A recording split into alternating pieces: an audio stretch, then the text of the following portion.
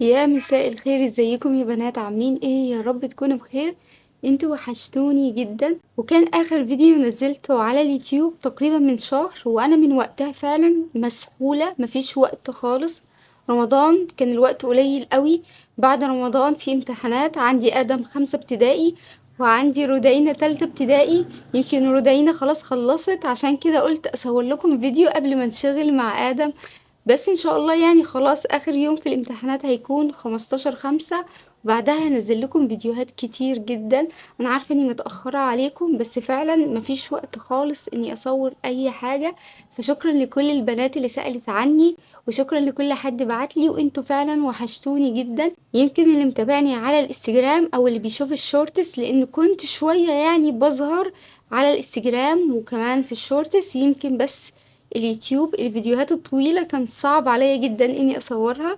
المهم، فيديو النهاردة هكلمكم عن الحاجات اللي اشتريتها. حبيت ارجع كده بفيديو خفيف اوريكم الحاجات اللي اشتريتها واللي بجربها حاليا، وكمان يمكن احتمال اصور لكم بعد الفيديو ده عن المنتجات اللي خلصتها، لاني خلصت منتجات كتير في الفترة اللي فاتت ما اتكلمتش عنها، فهجمعها لكم في فيديو واقول لكم رأيي النهائي فيها بعد ما جربتها فترة طويلة.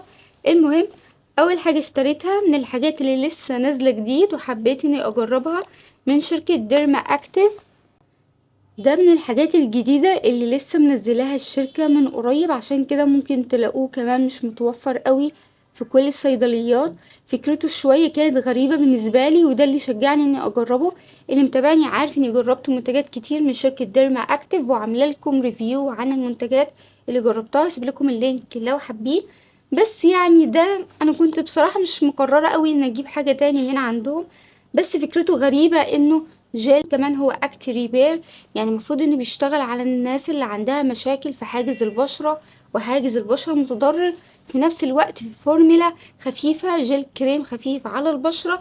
فده اللي شجعني اجربه، لان معظم الحاجات اللي بتكون شوية بتشتغل على حاجز البشرة بيكون القوام شوية تقيل، وكمان هما كاتبين عليه انه للبشرة الجافة، فجل وللبشرة الجافة.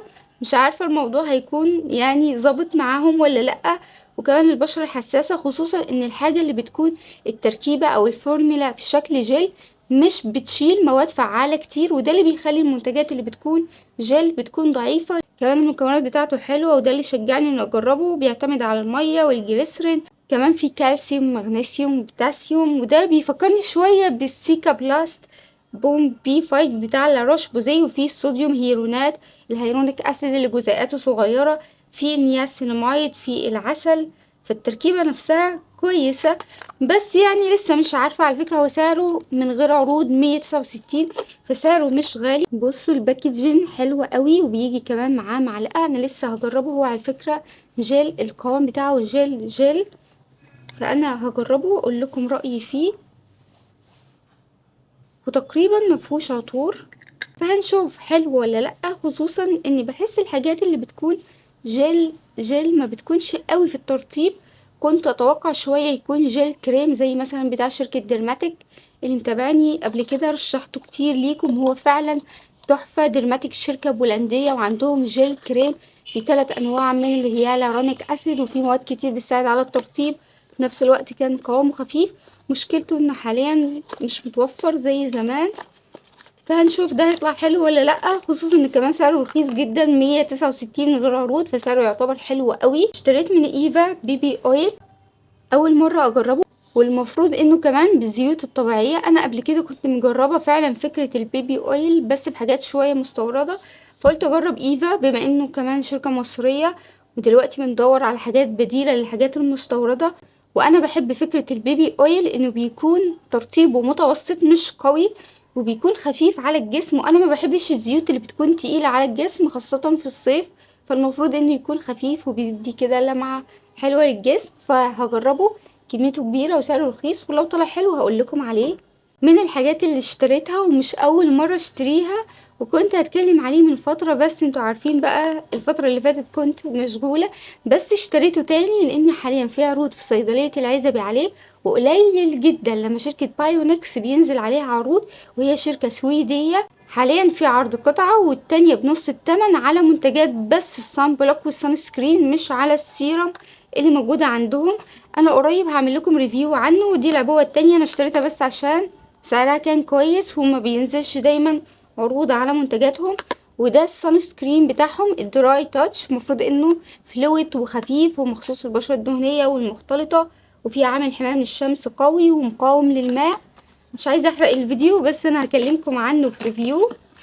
والباكجينج بتاعه حلو جدا. انا بحب جدا منتجات السان سكرين يكون ضغط، بحس ان المنتج بيقعد فتره كويس، لاني جربت قبل كده. ما بحبش بصراحه عبوات السان سكرين اللي بتكون انبوبه. لاحظت على فكره انا لما جربت السان سكرين بتاع بيزلاين، الكميه الاخيره اللي اتبقت منه بدات كده يعمل تكتلات وحاجات غريبه. فكمان الباكجينج بتاعه حلو قوي، وكمان هو معانا مش مقاطعه. فاستنوا الريفيو، لان انا فعلا مصوراه بس انشغلت جدا اني انزله. هو سعره مش رخيص، 499، بس انا اشتريته واستغليت يعني ان في عروض حاليا في صيدلية العزبي، قطعة والتانية بنص التمن، فممكن تشتروه مع بعض وتقسموا العرض. انا مش هتأخر عليكم، هنزل لكم الريفيو عشان اتكلم عنه بالتفصيل، وتعرفي كمان مناسب ليكي ولا لا. من الحاجات اللي وصلتني هدية من باليا او بالية على حسب ما انتوا بتنطقوها، وده مفروض ان السيرم بالهيالورونيك اسيد. انا اول مره اجرب حاجه من منتجاتهم، بس في العموم على فكره منتجاتهم مش غاليه. على فكره منتجاتهم تعتبر من المنتجات الرخيصه جدا بره مصر. يمكن عندنا هنا شويه معرفش ليه بيتباع بسعر يعني مبالغ فيه قوي. فانا برضو هجربه واقول لكم رايي فيه.